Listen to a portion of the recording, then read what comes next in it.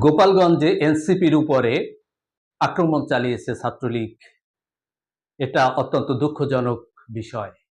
কারণ এই বাংলাদেশে, নতুন বাংলাদেশে ছাত্রলীগ এসে এরকমের যারা বাংলাদেশে জুলাই আগস্টের আন্দোলনের সম্মুখভাগে ছিল তাদের উপরে এই আক্রমণ করবে, এটা কোনোভাবেই মেনে নেওয়া যায় না। তবে এনসিপি নামক যে রাজনৈতিক দলটি গঠন হয়েছে নতুন করে, তাদের যে আচার আচরণ, চালচলন, কথাবার্তা সেগুলো অবশ্যই প্রশ্নবিদ্ধ করে, প্রশ্নের সম্মুখীন হয়।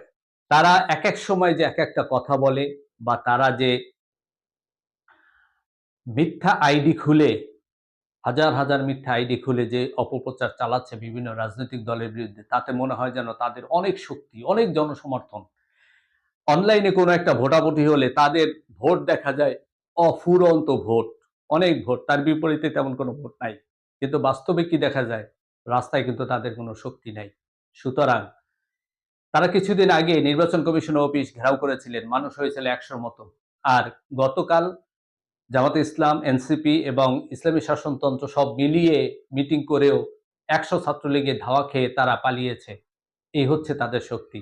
সুতরাং যেকোনো কথাবার্তা বলার আগে তাদের কি শক্তি, তাদের কি জনসমর্থন, তাদের কি ক্ষমতা, অভিজ্ঞতা, এগুলো বিবেচনা করেই কথা বলা উচিত। নয়তো এরকমেরই হবে।